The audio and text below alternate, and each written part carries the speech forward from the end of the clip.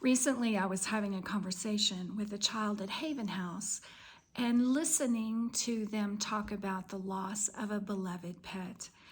And one of the things they said is, when my dog died, it made me miss my grandma. And it's true that our griefs are connected.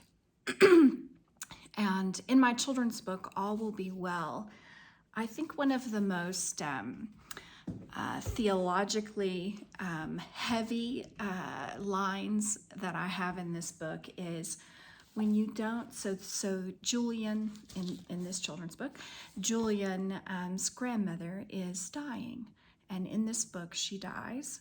And it's Julian's process of grief. So her kind of beginning process of grief, and how God is with her in that grief. And God is with her through a hazelnut tree and nature, and just really speaking to her through that medium. And so there's a sentence that when Julian and Grandma are talking about, Mima is her name, when Julian and Mima are talking about that Mima is dying. And Julian says, I don't want you to die, Mima. And Mima says, does God still love us when we die? Yes, God loves us forever, Julian answered. And then here's the line. Then when you don't see me anymore, I will be where God is, Mima said, because God loves you and God loves me. Dallas Willard, who was a philosopher, he was a Christian philosopher, he says that human beings, we are unceasing spiritual beings. And I think if we get after we are dead, as my friends like to say, when we have graduated to heaven, if we get heaven down to pearly gates and golden streets, it's sort of an emaciated spirituality. Instead, eternity begins now. So in the space where God is with Julian in her grief now, Mima joins.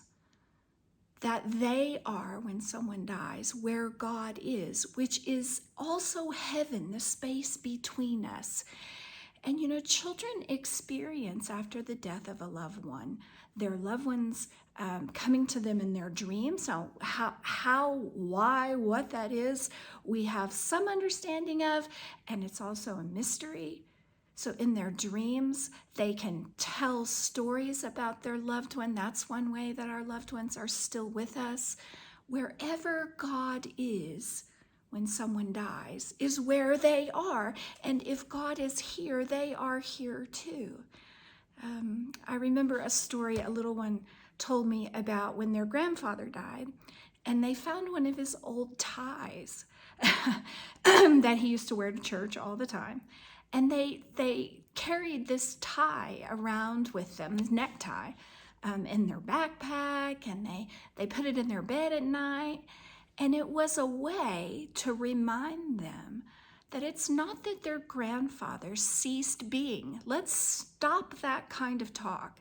That we are unceasing spiritual beings, as Dallas Willard says. No, they are with us, but in a different way. And part of grief's process is we're learning the different way. So I give some tips in the back of this book, tips on how to be with children in their grief. And can I just invite you to nurture their understanding of eternity in seasons of grief? So that when we tell our memories of the person or the beloved pet who has died, that's one way they are with us. That's eternity memory. That sometimes we can have objects. I invite you to have hazelnuts and to bless children with hazelnuts, just as Julian had a vision about God's love in a hazelnut. And so this little object can help remind us that God is with us and that our loved ones are with us. And, is there a necktie? Is there a special little something that they can keep with them to remind them that it's different? It's different now, but their loved one is still with them. The other is to listen deeply to their dreams. Children really do dream and want to have someone to talk about their dreams. Or even Julian of Norwich had a vision, which is like dreaming while you're awake. So they may have little visions about their loved one and about God's presence with them, that you'd be a listening and open an open listener to what they might be experiencing. But let's nurture as much as we can in a season of grief a robust understanding and engagement of what eternity and heaven actually mean.